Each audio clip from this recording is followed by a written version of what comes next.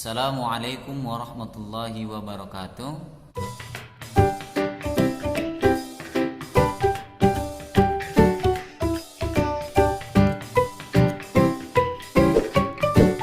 Kaifa halukum ananda yang sholih dan sholiha. Insyaallah kita sehat selalu dan tetap dalam lindungan Allah Subhanahu wa taala. Baik, untuk mengawali pembelajaran kita pada hari ini, mari kita awali dengan melafazkan basmalah. Bismillahirrahmanirrahim. Alhamdulillah, hari ini bertemu kembali kita pada pembelajaran pendidikan agama Islam. Kemarin Pak Ghazali sudah membagikan kepada kamu yaitu tentang kisah dari Nabi Yahya alaihissalam. Nah, untuk hari ini kita akan melanjutkan yaitu kisah dari Nabi Isa alaihissalam. Di sini Pak Ghazali tidak banyak memberikan kamu materi, ya. Mungkin nanti teman-teman bisa membaca yang ada nanti di modulnya, ya, tentang kisah Nabi Isa alaihissalam. Pak Ghazali nanti akan menceritakan tentang yaitu kelahiran dari Nabi Isa alaihissalam. Nah, teman-teman, ananda yang sholih dan sholiha. Nah, seorang Nabi Allah Subhanahu wa taala yang diceritakan dari kecil di dalam Al-Qur'an adalah Nabi Isa alaihissalam, ya, Isa ibnu Maryam. Nabi Isa ini diutus oleh Allah Subhanahu wa taala kepada kaum Bani Israel dengan kitab apa teman-teman? Kitab Injil, yang dimana kitab Injil ini diturunkan sebelum Al-Qur'anul Karim. Nah, kemudian ananda yang sholih dan sholiha, perlu kita ketahui bahwasanya Nabi Isa alaihissalam ini merupakan adalah nabi terakhir yang diutus oleh Allah atau yang dipilih oleh Allah dari kaum Bani Israel. Setelah itu tidak ada lagi nabi yang dari kaum Bani Israel. Terakhir adalah Nabi Isa alaihissalam. Nah, di dalam Al-Qur'an Nabi Isa alaihissalam diceritakan Nabi Isa alaihissalam disebut dengan 4 panggilan, ya. Di dalam Al-Qur'an ada 4 panggilan kepada Nabi Isa alaihissalam. Yang pertama itu adalah Isa, kemudian ada Isa putra Maryam, kemudian ada putra Maryam, dan kemudian yang keempat ada Al-Masih. Yang pertama tadi Isa, kemudian Isa putra Maryam, kemudian ada putra Maryam, kemudian yang terakhir ada Al-Masih. Nah, ananda yang sholih dan sholiha, ya, Nabi Isa ini dilahirkan tanpa ayah sebagaimana yang kita ketahui, ya. Nah, kelahiran Nabi Isa ini merupakan mukjizat dari Allah Subhanahu wa taala. Jika Allah berkehendak, tak seorang pun dapat mencegahnya. Nah, Maryam, ya, ibu dari Nabi Isa alaihissalam adalah putri Imran. Masih ingat kisahnya nih? Imran dan istrinya Hana, di mana Hana ini adalah saudara dari, masih ingat? Saudara dari istri Nabi Zakaria. Nah, Imran ini dimana dicerita kemarin yang Pak Ghazali ceritakan di kisah Nabi Zakaria adalah seorang ulama besar, ya, pada zamannya di kalangan kaum Bani Israel. Nah, Maryam merupakan anak perempuan yang berakhlak mulia. Dia adalah anak dari Imran. Nah, Maryam adalah seorang gadis suci, ya, yang senantiasa memelihara kehormatannya. Nah, saat Maryam masih berada dalam kandungannya, ayahnya sudah meninggal dunia. Nah, setelah ayah Maryam meninggal dunia, jadi hak asuhnya sebagaimana kemarin kita ceritakan, ya, diambil oleh pamannya dengan cara kemarin itu apa? Dengan cara ada diundi, ya, teman-teman.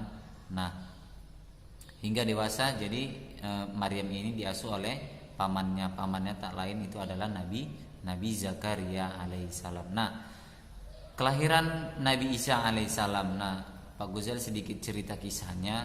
Suatu hari Maryam keluar dari mihrabnya, ya, langkahnya menuju ke Baitul Maqdis. Di tengah jalan langkahnya terhenti oleh seorang pemuda yang tampan. Nah, Maryam ketakutan, ia khawatir pemuda itu akan berbuat jahat kepadanya.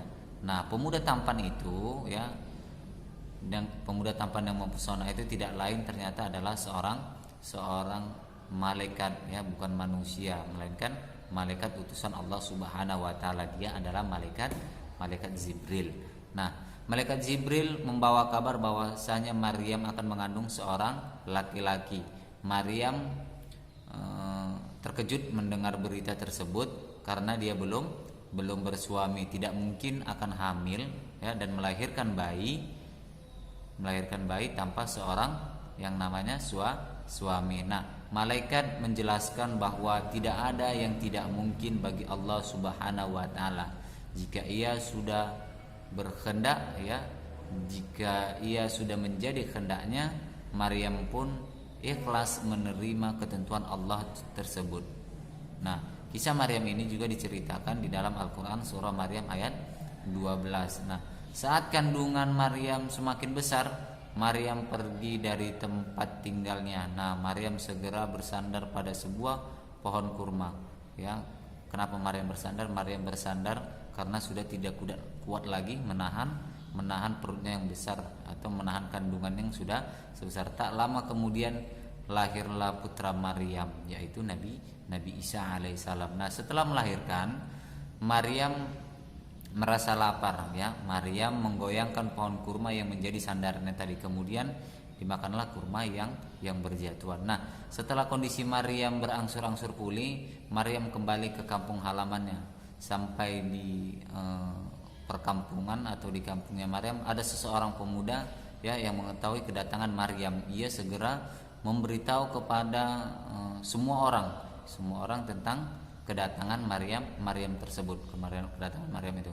Nah, mereka segera mengerumuni Maryam yang sedang menggendong putranya. Nah, salah seorang dari mereka berteriak, ya, menghina Maryam karena melahirkan tanpa kejelasan. Kenapa? Karena tidak memiliki seorang suami. Nah, mendengar teriakan seperti itu, Maryam hanya diam 1000 bahasa. Nah, ketika Maryam ditanya oleh kaumnya, ia hanya memberi isyarat kepada kaumnya untuk bertanya langsung kepada putranya, ya, yaitu Nabi Isa alaihissalam, sebagaimana yang diceritakan di dalam surah Maryam ayat 33, ya, yang artinya Maryam menunjuk kepada anaknya. Mereka berkata, bagaimana kami, ya, akan berbicara dengan anak kecil yang masih dalam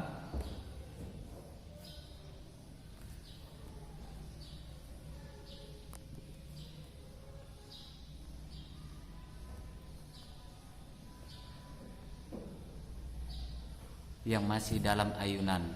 Kemudian Isa berkata, sesungguhnya aku hamba Allah, Dia memberikan kitab Injil dan Dia menjadikan aku seorang nabi.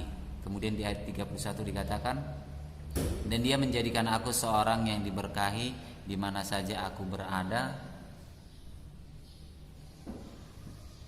dan memerintahkan kepadaku melaksanakan sholat dan menunaikan zakat selama aku hidup. Kemudian di ayat kedua dikatakan, dan berbakti kepada ibuku, dan dia tidak menjadikan aku